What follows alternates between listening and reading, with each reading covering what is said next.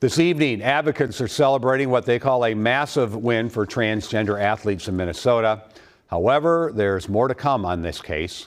Caroline Cummings reports. I applied to compete at 2 state competitions. USA Powerlifting prohibited JC Cooper, a transgender woman, from competing 7 years ago. She sued, arguing the organization discriminated against her in violation of the Minnesota Human Rights Act.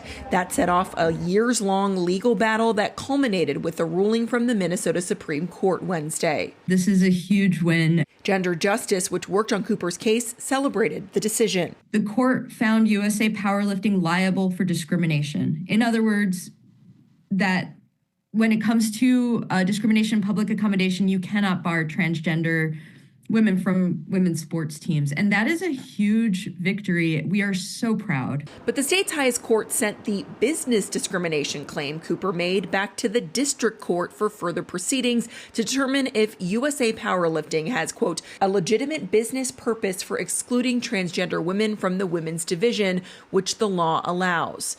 The attorney for USA Powerlifting told WCCO they're pleased to get the opportunity to make their case. There's this huge disparity between people who have gone through puberty as a man as opposed to those who have gone through puberty as a woman.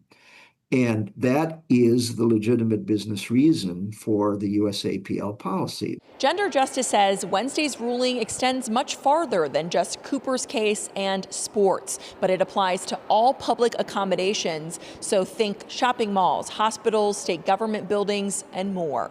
That's why the group believes what happens in future proceedings on the business claim doesn't really matter. JC Cooper won on public accommodations. That's not changing, no matter what. Caroline Cummings, WCCO News.